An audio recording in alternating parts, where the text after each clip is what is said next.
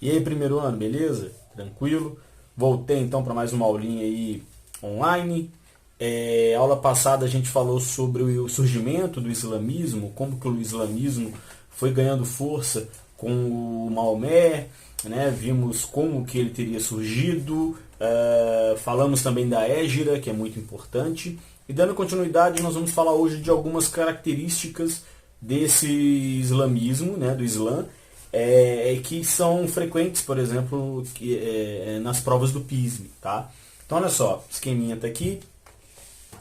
Vou enviar esqueminha para vocês, tá? no Google Sala de Aula, com essa aula, mais atividades para fazer, beleza?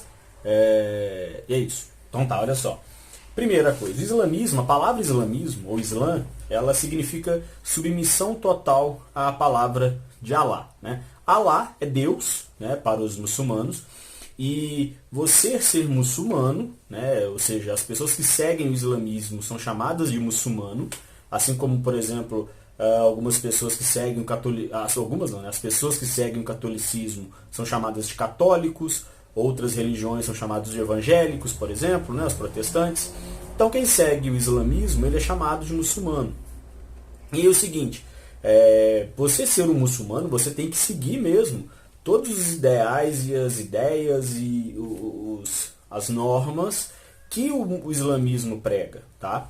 Por exemplo, muitas dessas regras, até de certa forma algumas até leis, né, estão escritas, por exemplo, no Corão, ou ao Corão, como muita gente fala, né?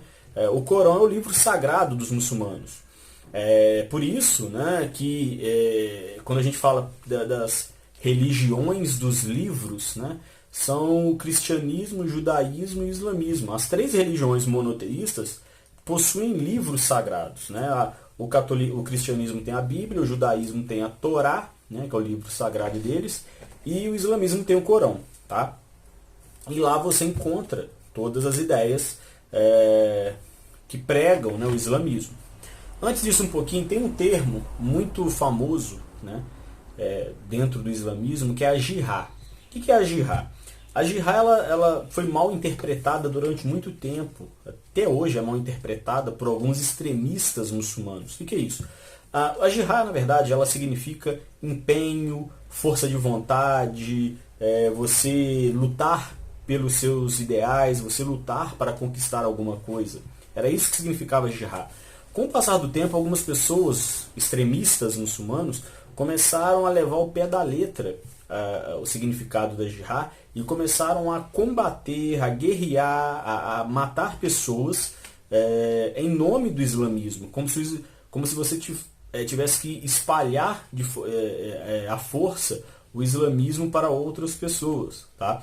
Então, muitos dos grupos terroristas que nós temos hoje em dia seguem esse termo de jihad, você levar à força, você combater, você guerrear, você atacar em nome do islamismo, mas não é isso que significa.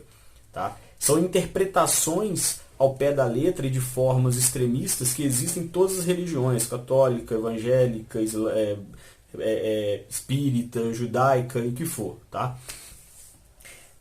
E essa jihad vai ser importantíssima, por exemplo, lá atrás no processo de expansão do islamismo.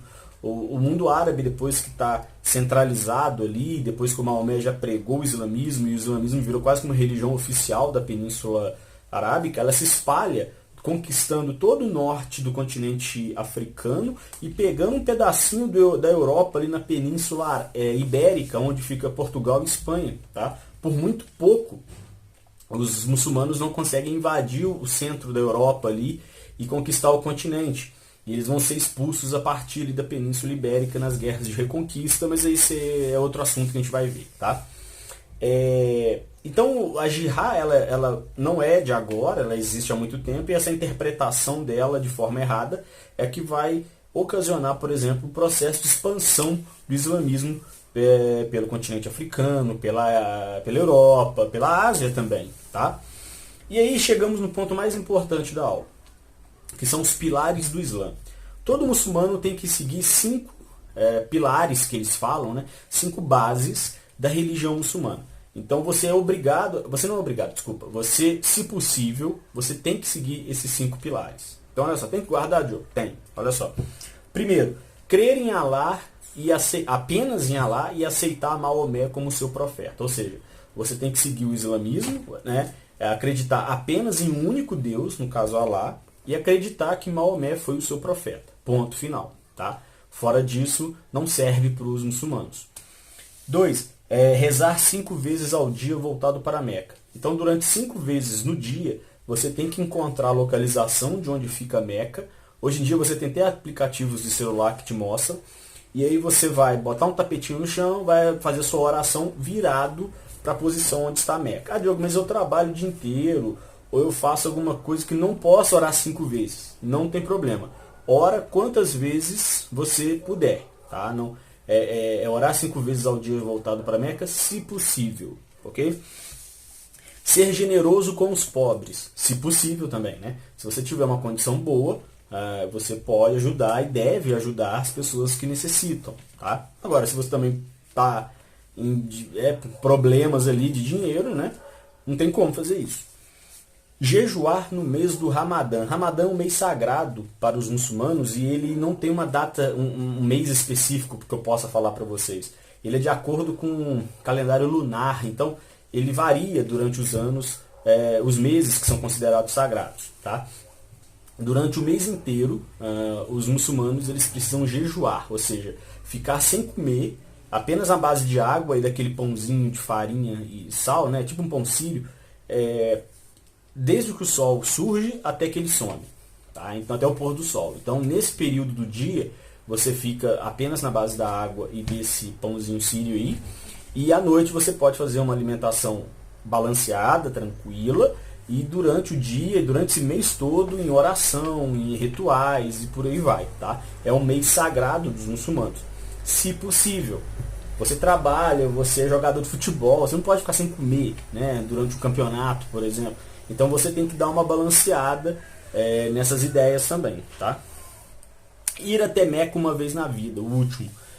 Então, se possível, uma vez na sua vida você tem que ir até Meca, fazer lá, circundar a torre da Caaba e fazer as orações. Se possível, se você não tiver condições, não tem como ir, não vai. Né? E aí, para encerrar, após a morte do Maomé, teremos uma disputa que está aí até hoje. Quando Maomé morre, você tem o grupo que o seguia é dividido em 2 partes. De um lado você vai ter os sunitas, que achavam que o próximo líder, né, que substituiria o Maomé, deveria ser uma pessoa escolhida pelos muçulmanos, uma pessoa que entendesse o Corão, que entendesse as ideias do islamismo.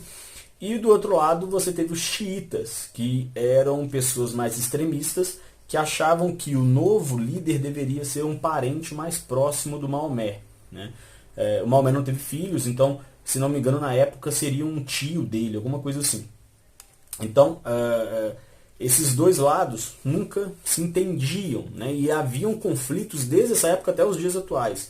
Muitos dos ataques terroristas que a gente tem na Península Arábica, ali no Oriente Médio, dessa inimizade, dessa rivalidade que existe entre sunitas e xiitas até hoje. Beleza?